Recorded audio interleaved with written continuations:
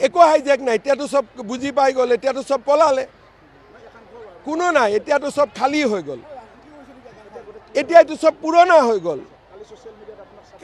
আজিতো এইবিলাক সব গ'ল, মানুহে বুজি পালে যে জুবিনৰ সমাধিত গ'লে মদ খাবই, এইটো যে তেওঁৰ জীৱনৰ লগত নিমিলে মানুহে গম পাই গ'ল। জুবিনক ন্যায় যে অকল বিজেপিয়ে দিব পাৰে তাকো গম পাই গ'ল। কালিতো অখিল গগৈ ক'ত আছে?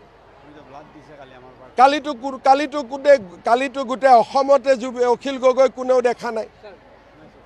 কোনোবাই দেখিছে নেকি? তেওঁ মুম্বাইত গৈ শাৰদ পাৱাৰক লগ কৰি আছে অখিল গগৈয়ে। কিন্তু মইতো লণ্ডনৰ পৰা হ'লেও জুবিনৰ জন্মদিনত আহিছোঁ, কষ্ট কৰি হ'লেও। বিজেপিৰ মেম্বাৰসকলে ব্লাড দিছে, আজি এইবোৰ ক'ত গ'ল? জাষ্টিছ ফৰ জুবিন বুলি অসমত যিসকলে চিঞৰ বাখৰ কৰি আছিল, যোৱাকালি দিনটো তেওঁলোকে কি কৰিলে? একাংশই জেনুইন মানুহখিনি কালি ব্লাড দিছে, কোনোবাই নাহৰ ফুল ৰুইছে, কোনোবাই বেলেগ বেলেগ কাম কৰিছে। কিন্তু যিবিলাকে অসমখন নেপাল বনাবৰ কাৰণে জুবিন অনুৰাগী হৈছিল সেইবোৰতো নোহোৱা হৈ গ'ল, কাৰণ ইহঁতে গম পালে যে মই থাকালৈকে নেপাল নহ'ব বুলি। এইবিলাকতো ষড়যন্ত্ৰ আছিলে না। কয় জুবিনৰ ধৰ্ম নাই, জুবিনটো শিৱ, মোৰ গাতে শিৱৰ টেটু নাই, ইয়াতে পোষ্টাৰ মাৰি থৈ দিছে মোৰ ধৰ্ম নাই, জাতি নাই। আৰে জুবিন হিন্দু আছিলে। এইবিলাক চিনেমাৰ ডাইলগটো নিজৰ কাৰণে লগাই লৈ গ'ল। এইবিলাকতো সব আৰু 10 তাৰিখৰ পিছততো আৰু মুখৰ মাত বন্ধ হৈ যাব। আমি যেনেকৈ তদন্ত কৰিছোঁ কাকো ৰেহাই দিয়া নাই। 10 তাৰিখৰ আগতে মইতো 8 বুলি ভাবি আছোঁ, 8 নহ'লেও 10। সেইকাৰণে বিহাৰে অসমে, অসমততো আমি ক্লিন চুইপ কৰি লৈ যাম, একো নাথাকে। গৌৰৱ গগৈয়ে পাকিস্তানত গৈ ইলেকশ্যন উঠিব লাগিব, হাৰি যাব, হাৰিয়ে যাব 100%। কাৰণ অসমৰ মানুহৰ মেইন চিন্তা হৈছে মিয়াক লৈ।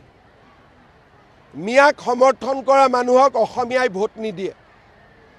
তেওঁলোকে সেইকাৰণে এভিকশ্যন যাতে নহয়, মিয়াই যাতে ৰক্ষা পায়, সেইকাৰণে ইমান দিনে জুবিনক লৈ ৰাজনীতি কৰি আছিল। জুবিনৰ প্ৰতি মৰম নাছিলে। জীয়াই থাকোঁতে জুবিনে কাৰ কথা কৈছিলে? মোৰ কথাহে কৈছিলে। জুবিনক সন্মান কোনে দিছিলে? আমি দিছিলোঁ। এইবিলাকতো মৃত্যুৰ পিছত খালি মিয়াক বচোৱা ৰাজনীতিৰ কাৰণে জুবিন গাৰ্গৰ সমৰ্থক হৈছিলে। আচল জুবিন গাৰ্গৰ সমৰ্থক অসমীয়া মানুহখিনি। লাহে লাহে প্ৰমাণ হৈ আছে। কোনোবা মিয়াৰ জলচাত জুবিনৰ ফটো দেখিছে নেকি? কোনোবা মিয়াৰ ধৰ্মসভাত জুবিনৰ ফটো দেখিছে নেকি? আমাৰ মন্দিৰত জুবিনৰ ফটো আহিছে, কোনোবা মছজিদত জুবিনৰ ফটো দেখিছে নেকি? মিয়াৰ মছজিদত আমি ৰাসত শ্ৰদ্ধাঞ্জলি জনাইছোঁ, পূজাত জনাইছোঁ। এতিয়া 21 ডিচেম্বৰ নেকি গৌৰীপুৰত মিয়াৰ এখন বহুত ডাঙৰ ইজতেমা হ'ব। মই ভিডিঅ' লগাব কৈছোঁ, জুবিনৰ ফটো লগাব নে নলগাব। গতিকে এইবিলাক আমাৰ লগত যুঁজি লাভ নাই। আমি বগাক বগা, কলাক কলা বুলি কোৱাৰ আমাৰ সাহস আছে। আৰু আমি ৰাজনীতি আৱেগক লৈ কৰা নাই, আমি কাম কৰি ৰাজনীতি কৰিছোঁ। সেইকাৰণে আমি এইবিলাক ভয়ো নাখাওঁ, আমাক ভয় খুৱাব চেষ্টা কৰি লাভ নাই।